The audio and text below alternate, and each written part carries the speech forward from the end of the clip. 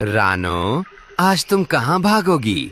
मेरा पेट खाली है और तुम मेरा भोजन बनोगी। टुन्नू जी, हमें एक पल भी यहाँ नहीं रुकना चाहिए। ये दुष्ट बिल्ला ऊपर आ रहा है और आप तो जानते ही हैं कि ये कितना क्रूर है। हमें तुरंत यहाँ से उड़ना होगा, वरना ये न केवल हमें बल्कि हमारे प्यारे बच्चों, गुड़िया और कुकू को भी खा जाएगा। जल्दी कीजिए। रानो और टुन्नू अपने बच्चों को लेकर उड़ गए। टुन्नू जिराफ बहुत बीमार और कमजोर थे।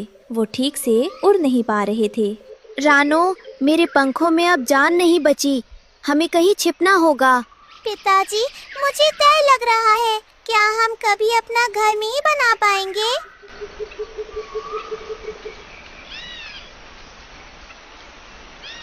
वो थककर नदी किनारे उतरे। वहाँ गीली मिट्टी थी। रानो ने सोचा कि रात गुजारने के लिए यहीं एक कच्चा घर बना लूं। मेरे प्यारे बच्चों, आप बिल्कुल चिंता ना करें। अभी आप पिताजी का ख्याल रखो और उन्हें दिलासा दो। मैं जल्दी से कुछ मिट्टी जमा करती हूँ ताकि हम रात को किसी तरह सुरक्षित रह सकें। एक मजबूत घर बनाना जरूरी है, नहीं तो इस तूफान में और बिल्लू के डर से हम रात गुजार नहीं पाएंगे। थोड़ा हौसला रखो। कालू कौवा और भुल्ला चील झाड़ी के पीछे छिपे देख रहे थे। देखो बुल्ला भाई, रानो पागल हो गई है। नदी किनारे घर बना रही है। बिल्लू बिल्ला इसे आसानी से ढूंढ लेगा। सही कहा कालू। मैं अभी जाकर बिल्लू को खबर देता हूँ। आज इनकी आखिरी रात होगी। रानो मिट्टी उठा ही रही थी कि उसने देखा पानी में एक छोटी सी रानी चींटी डूब रही है। वो तड़प रही थी। बचाओ, कोई मेरी मदद करो, मैं बह जाऊंगी। अरे नहीं, देखो पानी में एक नन्ही जान फंसी हुई है। मुझे उस बेचारी छोटी सी रानी चींटी को बचाना होगा। घर तो बाद में भी बन जाएगा, पर पहले इस नन्ही जान को बचाना सबसे जरूरी है। मैं अपनी जान खतरे में नहीं डाल सकती, पर किसी और को डूबते हुए भी नहीं देख सकती। रानो ने एक सूखा पत्ता पानी में फेंका और रानी चींटी को उस पर चढ़ाकर बाहर निकाल लाई। रानी चींटी की जान बच गई। रानो बहन, आपका बहुत बहुत शुक्रिया। आज आपने अपना घर छोड़कर मेरी जान बचाई है। मैं आपकी ये मदद कभी नहीं भूलूंगी। इसमें शुक्रिया कैसा मेरी प्यारी बहन। जान बचाना तो हर किसी का फर्ज होता है, लेकिन हाँ, मुझे इस बात का डर है कि आज रात बिल्लू बिल्ला मेरे परिवार को नहीं छोड़ेगा। मैंने जो थोड़ा बहुत मिट्टी का घर बनाया है वो बहुत कमजोर है और तेज हवा भी इसे तोड़ देगी। मैं बस यही सोच रही हूँ कि अपने बच्चों को कैसे सुरक्षित रखूंगी। रानी चींटी ने रानो की आंखों में डर देखा। उसने तुरंत अपने हजारों सैनिक चींटियों को बुलाया।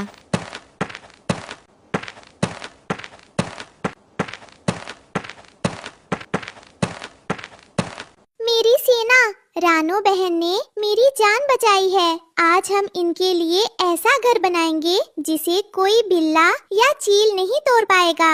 हम अपनी विशेष लाल मिट्टी का इस्तेमाल करेंगे। देखते ही देखते हजारों चींटियां काम पर लग गईं। रानो और टुन्नू हैरान होकर देख रहे थे। चींटियां अपनी लार और लाल मिट्टी मिलाकर एक दीवार खड़ी कर रही थीं, जो सूखने पर पत्थर जैसी सख्त हो जाती है। रानो, ये तो चमत्कार है। इतना मजबूत घर तो मैंने आज तक नहीं देखा। माँ, ये घर तो किले जैसा लग रहा है। उधर कालू कौवा बिल्लू बिल्ला को रास्ता दिखा रहा था। कालू, अगर आज शिकार नहीं मिला तो मैं तुझे ही खा जाऊंगा। डरिए मत बिल्लू भाई। रानो नदी किनारे बैठी है। उसका कच्चा घर आपके एक पंजे से टूट जाएगा। बिल्लू बिल्ला रानो के नए घर के पास पहुंचा। उसे लगा ये साधारण मिट्टी है। रानो और बच्चे अंदर डर के मारे दुबके हुए थे। म्याऊं। रानो, बाहर निकलो, वरना मैं इस घर को तोड़कर अंदर आ जाऊंगा। रानो ने अंदर से दरवाजा बंद कर लिया। बिल्लू बिल्ला ने पूरी ताकत से घर की दीवार पर पंजा मारा। ठराम! लेकिन दीवार नहीं टूटी, उल्टा बिल्लू के नाखून मुड़ गए। म्याऊं। ओए माँ, ये मिट्टी है या लोहा? मेरे पंजे दुख गए। बिल्लू ने फिर सिर से टक्कर मारी, लेकिन उसे ही चोट लगी। तभी रानी चींटी ने इशारा किया और हजारों चींटियों ने बिल्लू की पूंछ पर काटना शुरू कर दिया। बिल्लू बिल्ला और कालू कौवा डर और दर्द के मारे भाग गए थे। सुबह का सूरज निकला। रानों का परिवार सुरक्षित था। रानी बहन, आज आपके छोटे से आकार ने वो कर दिखाया जो बड़े बड़े जानवर नहीं कर पाए। आपने हमें नया जीवन दिया है। रानो बहन, मुसीबत में जो काम आए वही असली दोस्त है। आपका ये मिट्टी का किला हमेशा आपकी रक्षा करेगा। रानो, टुन्नू और उनके बच्चे अब अपने अभेद्य किले में खुशी से रहने लगे। बिल्लू बिल्ला, जिसका मुंह और पंजे सूज गए थे, गुस्से में कालू कौवा को ढूंढ रहा था। कालू एक चट्टान के पीछे छिपा कांप रहा था। कालू, बाहर निकलो। तुमने मुझसे झूठ बोला था। तुमने कहा था कि वो घर मिट्टी का है, लेकिन वो तो लोहे से भी ज्यादा सख्त था। तुम्हारे कारण आज मेरी ये हालत हुई है। माफ कर दीजिए बिल्लू भाई, मुझे नहीं पता था कि उन छोटी चींटियों में इतना जादू है। मैं तो बस आपकी मदद करना चाहता था। मदद? तुमने मुझे पिटवाया है। अब मैं तुम्हें नहीं छोड़ूंगा। बिल्लू ने एक लंबी छलांग लगाई और कालू कौवा अपनी जान बचाने के लिए आसमान में टेढ़ा मेढ़ा उड़ने लगा। कुछ दिनों बाद जंगल में बहुत भयंकर बारिश और तूफान आया।